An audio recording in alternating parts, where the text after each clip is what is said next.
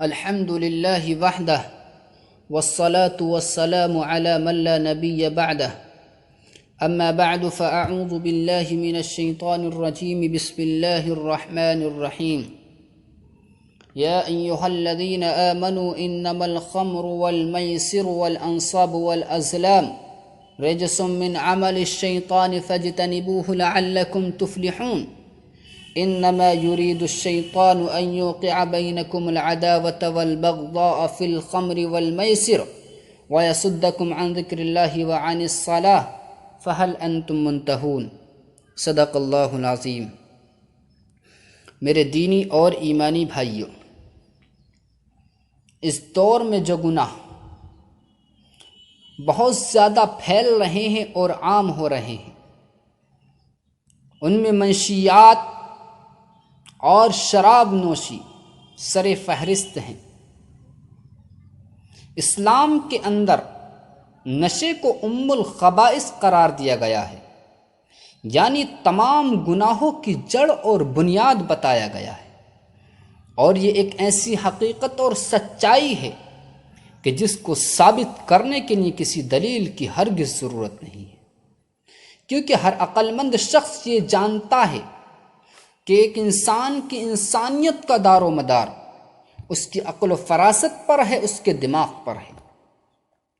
یہی عقل ہے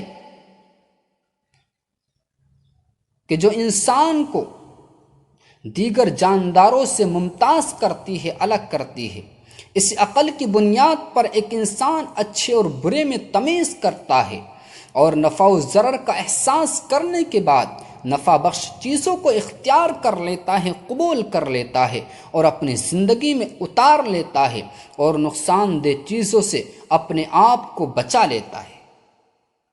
بلکہ اگر غور کیا جائے تو پتہ یہ چلے گا کہ انسان کی ساری سرگرمیاں اسی عقل کے ارد گرد گھومتی رہتی ہیں، اور اگر یہ کہا جائے تو بیجا نہ ہوگا کہ ایک انسان کے اندر اگر عقل باقی ہے تو وہ انسان ہے، ورنہ جانوروں سے کہیں زیادہ بدتر زندگی گزارنے پر مجبور ہو جاتا ہے۔ چنانچہ جو چیز عقل انسانی کو ضائع کر دے، اس سے زیادہ بری چیز انسان کے لیے اور کیا ہو سکتی ہے۔ میرے پیارو، یہ بات بالکل واضح اور روشن ہے کہ نشہ کرنے سے عقل انسانی تباہ و برباد ہو جاتی ہے، اور آدمی اچھے اور برے کے درمیان تمیز کرنے کی صلاحیت سے محروم ہو جاتا ہے، حتیٰ کہ پانی اور پیشاب میں فرق نہیں کر سکتا۔ اسی طرح بیوی اور اپنی بہن کے اندر فرق کرنے سے وہ پریشان ہو جاتا ہے، اسی طرح اپنی بیٹی اور اپنی بیوی کے درمیان میں فرق نہیں کر سکتا، اور حد تو یہ ہے کہ نشے کی حالت میں اسے یہ بھی پتہ نہیں رہتا کہ میں اپنے گھر کے اندر زندگی بسر کر رہا ہوں یا کسی سڑک کے کنارے پر پڑا ہوا جانوروں سے کہیں بدتر زندگی گزارنے پر مجبور ہو رہا ہوں۔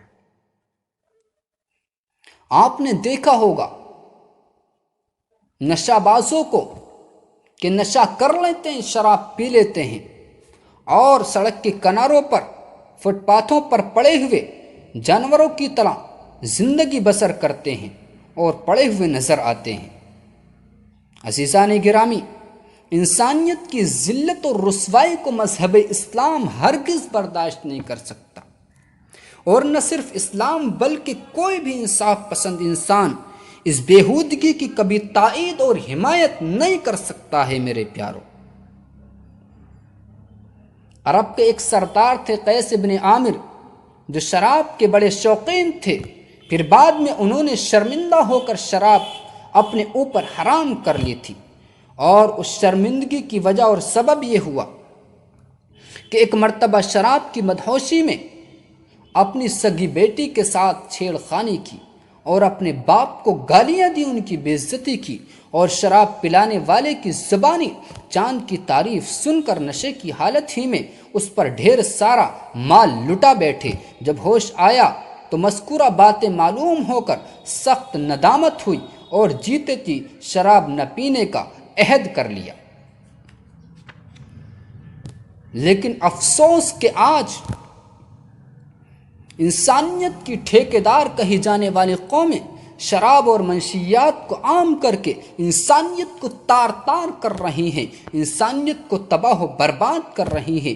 آج کے جدید معاشرے میں شراب پینا کوئی عیب نہیں رہا ہے، بلکہ فیشن بن کے رہ گیا ہے۔ جگہ جگہ شراب کے اڈے قائم ہیں، ہوٹلوں میں شرابیں بآسانی دستیاب ہیں، حتیٰ کہ چائے کی دکانوں اور اسٹوروں پر شراب کی خرید و فروخت کی قانوناً اجازت دے دی گئی ہے۔ اور مزید افسوس اور خطرے کی بات تو یہ ہے کہ دیگر قوموں کی دیکھا دیکھی مسلمانوں میں بھی منشیات کا رجحان روز بروز اپنے عروج پر ہے۔ میرے عزیزو، روز بروز مسلمان نوجوان اس بری لت کے اندر بڑی تعداد میں شامل ہوتے جا رہے ہیں۔ میرے پیارو، کان کھول کر سن لیا جائے کہ شراب نوشی، یہ بری لت ایک انسان کو جانی اور مالی نقصان کر دیتی ہے،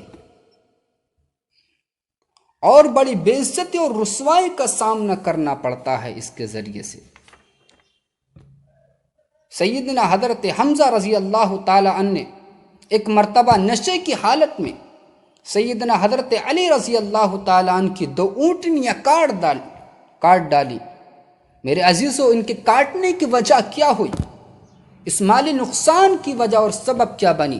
صرف اور صرف یہ نشہ بنا، یہ شراب نوشی بنی۔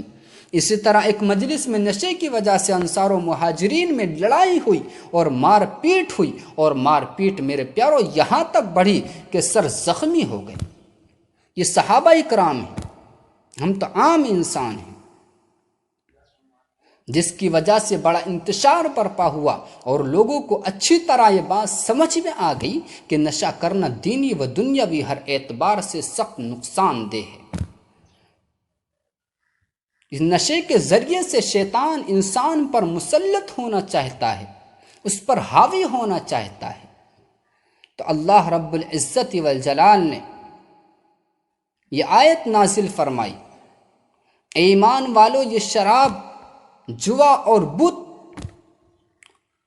اور سٹے کے یہ تیر سب شیطان کے گندے کام ہیں، تم ان سے بچتے رہو تاکہ نجات پا جاؤ۔ شیطان تو یہی چاہتا ہے کہ تمہارے درمیان شراب اور جوے کے ذریعے سے دشمنی اور بغض ڈال دے اور تم کو اللہ کی یاد سے اور نماز سے روک دے، سو اب بھی تم باز آ جاؤ۔ میرے پیارو، جناب محمد الرسول اللہ صلی اللہ علیہ وسلم کا فرمان ہے، زانی جب زنا کرتا ہے اس وقت مومن نہیں رہتا، اس کے اندر سے ایمان کو نکال لیا جاتا ہے، اور شرابی جب شراب پیتا ہے تو میرے عزیزو اس کے اندر سے بھی ایمان کو نکال لیا جاتا ہے، ایمان کو اٹھا لیا جاتا ہے۔ چوری کرنے والا جب چوری کرتا ہے تو میرے پیارو اس وقت وہ بھی ایمان سے محروم کر دیا جاتا ہے۔